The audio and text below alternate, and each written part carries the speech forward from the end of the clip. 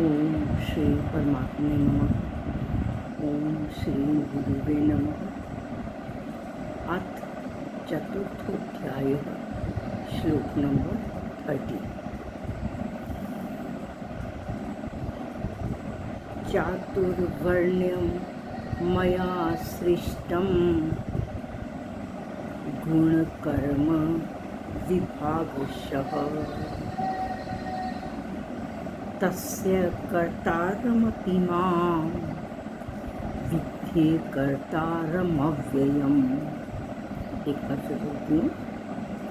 चातुर्वर्ण्यं मया सृष्टं गुणकर्म विभागशः तस्य कर्तारमपि मां विद्धि कर्तारमव्ययम्। इसमें 4th पार्ट में जो वर्ड लिखा हुआ है विद्धि कर्तारम अव्ययम, ये वर्ड है विद्धि प्लस अकर्तारम प्लस अव्ययम। विद्धि का मतलब जान समझ और अकर्तारम अकर्ता, अव्ययम अविनाशी। यहाँ कहा है मया गुण कर्म विभागशः,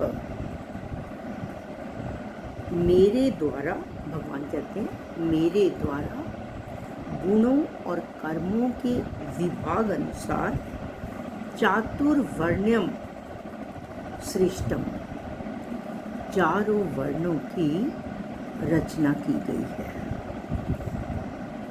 फिर कहा है 3rd पार्ट में तस्य कर्तारम अपि मां, उस सृष्टि रचना का कर्ता होने पर भी मुझे अव्ययम अकर्तारम विद्धि, मुझे अविनाशी और अकर्ता जान। भगवान कहते हैं कि गुणों और कर्मों के विभाग अनुसार चारों वर्णों की रचना मेरे द्वारा की गई है। इस सृष्टि रचना के समय मुझे कर्ता होने पर भी मुझ अविनाशी परमात्मा को अकर्ता समझ। कहा गया है कि पूर्व जन्म में किए गए कर्मों के अनुसार 7 राजतम, ये तीनों गुण हैं जो किसी में तीनों गुणों की न्यूनता होती है और किसी में अधिकता होती है। किसी में सात्विक गुण ज़्यादा है, किसी में तमोगुण ज़्यादा है, किसी में राजसी गुण ज़्यादा है। सृष्टि रचना के समय उन गुणों और कर्मों के अनुसार भगवान ने ब्राह्मण, क्षत्रिय, वैश्य, शूद्र, इन चारों वर्णों की रचना की। सत्व गुण की प्रधानता से ब्राह्मण की रचना हुई और रजोगुण की प्रधानता और सत्व गुण की गौणता से क्षत्रिय की रचना हुई और रजोगुण की प्रधानता और तमोगुण की गौणता से वैश्य की रचना हुई। और फिर चौथा कहा है कि तमोगुण की प्रधानता से शूद्र की रचना हुई। इन चारों वर्णों की रचना करने में भगवान की किंचित मात्र भी विषमता नहीं है। और मनुष्य ही कहा है कि इस वर्ण विभाग को मनुष्य ही समझ सकते हैं और उसके अनुसार वे कर्म कर सकते हैं। मनुष्यों को ही कर्म करने का अधिकार है। और भगवान ने कहा कि चारों वर्णों की रचना मैंने की और भगवान का इसमें ये भाव है कि ये एक तो मेरे अंश हैं और दूसरा मैं प्राणी मात्र का सुहृद। सुहृद का मतलब बिना पक्षपात के दयालु, करुणा से भरा हुआ मित्र। और फिर कहा है 18वें अध्याय के 46वें श्लोक में कहा है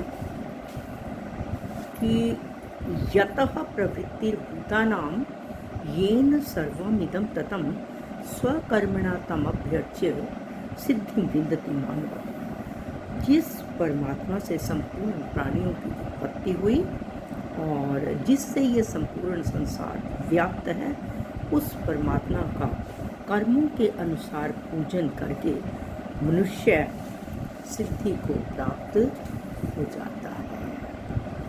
और फिर कहा है भगवान ने कि तस्य कर्तारमपि माम विद्धि कर्तारमव्ययम्। यहाँ पर भगवान कहते हैं कि मुझे इन चारों वर्णों का रचना करने वाला होते हुए भी तो मुझे अकर्ता जान।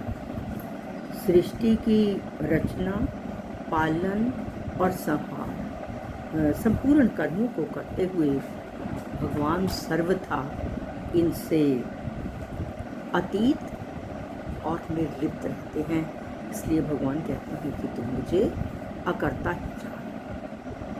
और सृष्टि रचना में भगवान ही उपादान कारण है और भगवान ही निमित्त कारण है। इसे एक एग्जाम्पल के द्वारा बताया जाता है कि जैसे मिट्टी से बने हुए बर्तन में मिट्टी उपादान कारण है और कुम्हार निमित्त कारण है, और इस बर्तन को बनाने में मिट्टी प्रयोग की गई और कुम्हार की शक्ति भी लगी। इसी प्रकार से सोने का कोई अगर गहना बनाना है तो उसमें सोना उपादान कारण है और सुनार निमित्त कारण है। और गहना बनाने में सोना प्रयोग हुआ और सुनार की शक्ति भी प्रयोग हुई। परंतु कहा है कि सृष्टि रचना में भगवान का कुछ भी खर्च नहीं होता, वे ज्यों के त्यों रहते हैं। इसलिए कहा गया है कि सृष्टि रचना में भगवान ही उपादान कारण है और भगवान ही निमित्त कारण है। इसलिए भगवान को अविनाशी कहा गया कि सृष्टि रचना के समय भगवान ज्यों के त्यों और जीव भी भगवान का अंश होने के कारण अव्यय ही है।